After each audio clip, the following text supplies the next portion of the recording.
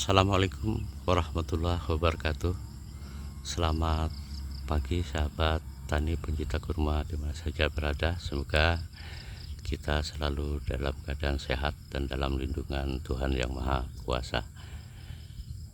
Pagi ini hari Minggu tanggal 4 Juni tahun 2023, di mana kami memperlihatkan tanaman kurma kami yang berbuah dan sudah diserbuki pada tanggal 28 Maret tahun 2023 yang lalu. Karena hari ini tanggal 4 Juni 2023, berarti sudah berumur 2 bulan 6 hari sekitar itulah setelah diserbuki kemarin. Ya, tanaman kurma ini masih kecil ya, dan buah pertama ya, seperti biasanya buah pertama ini yang sering disebut dengan buah pasir ya, pada perkebunan besar ya, biasanya ini dibuang dulu. Tetapi karena ini merupakan sesuatu kebanggaan kami, tanaman kurma ini bisa berbuah, dan kami coba menyerbukinya seperti itu. Dan ternyata apakah hari ini masih tetap bertahan buahnya atau sudah banyak yang rontok. Baiklah sahabat tani pencinta kurma di mana saja berada, kita akan melihat kondisi buahnya.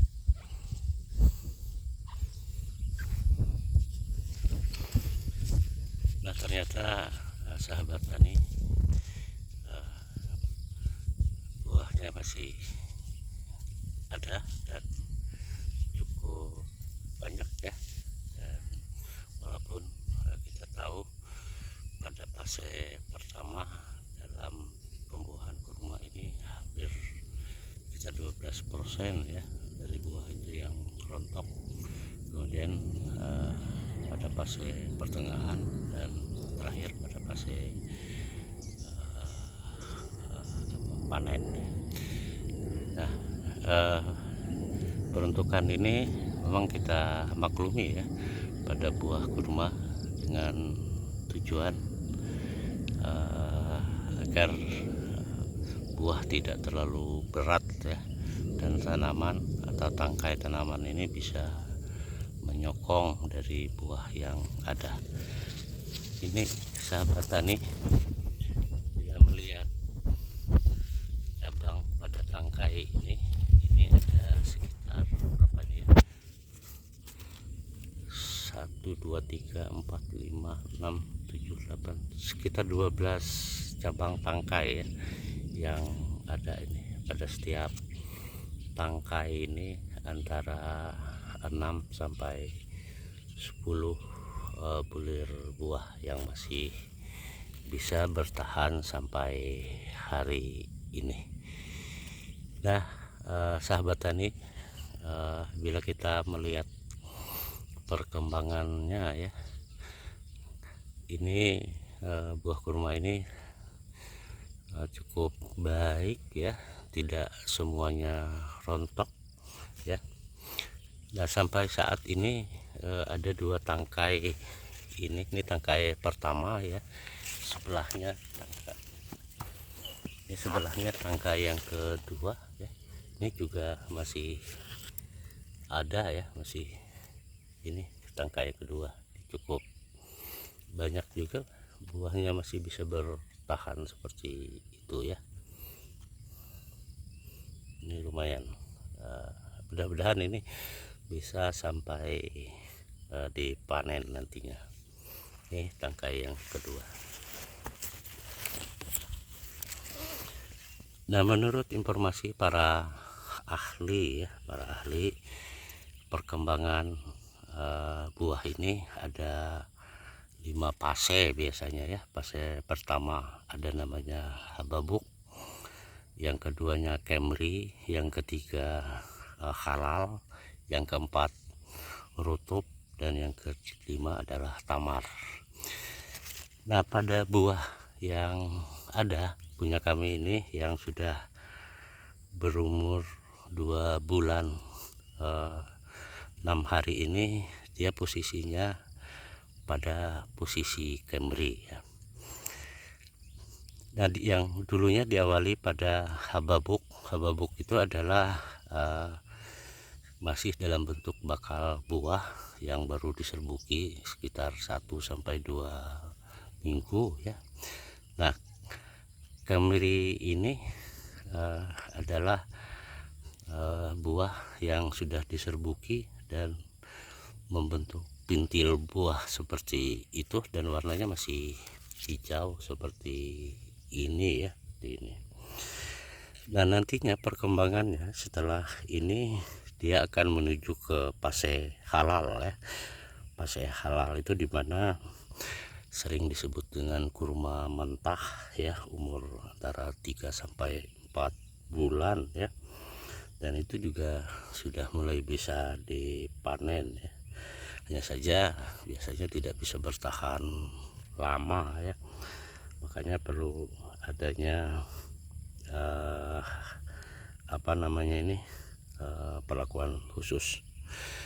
Kemudian setelah fase halal dia akan nanti meningkat ke fase rutub ya. Biasanya pada fase rutub itu rasanya manis ya, dan biasanya umurnya antara 4 bulan sampai 5 bulan ya. Nah, untuk di Indonesia sendiri ya, menurut informasi para ahli tanaman kurma hanya bisa bertahan pada fase rutub ya, umur 5 bulan. Kalau meningkat ke fase tamar itu biasanya sangat jarang sekali ya. Perubahan dari fase halal ke fase rutub itu pada fase tamar ya, buah itu menjadi kering di tangkainya ya. Nah, seperti yang banyak kita konsumsi dan kita beli di pasaran itu ya, kurma kering seperti itu biasanya berasal dari daerah yang memang daerah tempat asalnya seperti di daerah timur tengah sana ya. Nah, kenapa di tempat kita tidak sampai kepada fase tamar? Menurut informasi karena kelembapan kita terlalu tinggi ya, sehingga buah tidak bisa kering di tangkainya. Nah, sahabat tani pecinta kurma, saya pikir tidak perlu kita banyak berpikir ke sana apakah buah ini sampai bisa dipanen pada fase terakhir. Tapi yang penting bagaimana kita bisa menanam kurma ini di daerah kita masing-masing, karena seperti kita ketahui bahwa tanaman kurma ini masih baru perkembangannya di Indonesia, walaupun informasinya sudah banyak tumbuh dan berbuah dengan baik di daerah Sumatera Utara, misalnya daerah Aceh, daerah NTB dan NTT, serta daerah lainnya. Nah, mari kita semua menanam kurma dengan mencoba di daerah kita masing-masing.